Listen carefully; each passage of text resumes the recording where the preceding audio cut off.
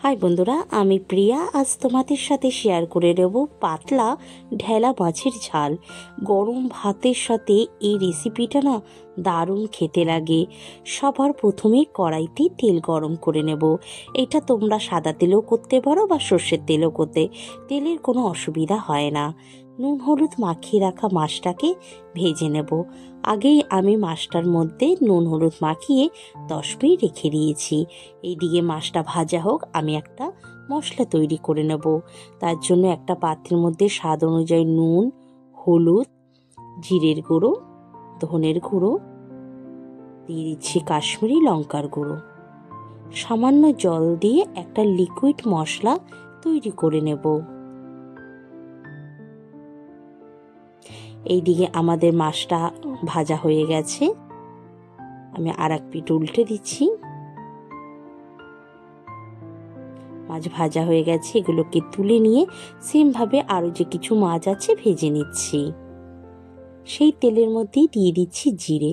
জিরেটা যখন একটু হালকা লাল কালার হয়ে যাবে, দিয়ে দেবো হাফ চামচের মতন আদা বাটা, হাফ চামচ রসুন বাটা।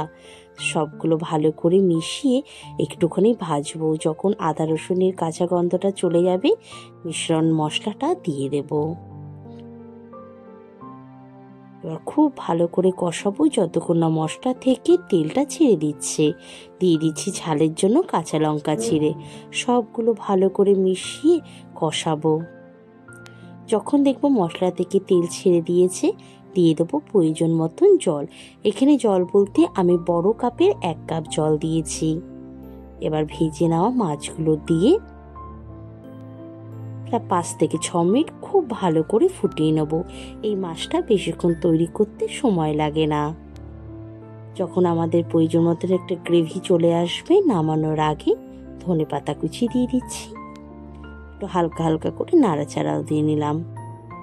অলমোস্ট আমাদের এটা কিন্তু তৈরি হয়ে গেছে। গ্যাস বন্ধ করে দিচ্ছি। গরম ভাতের সাথে না এই পাতলা ঢেলা মাছের ঝাল অসাধারণ খেতে লাগে। অবশ্যই তৈরি করবে, জানাবে কেমন হয়েছে।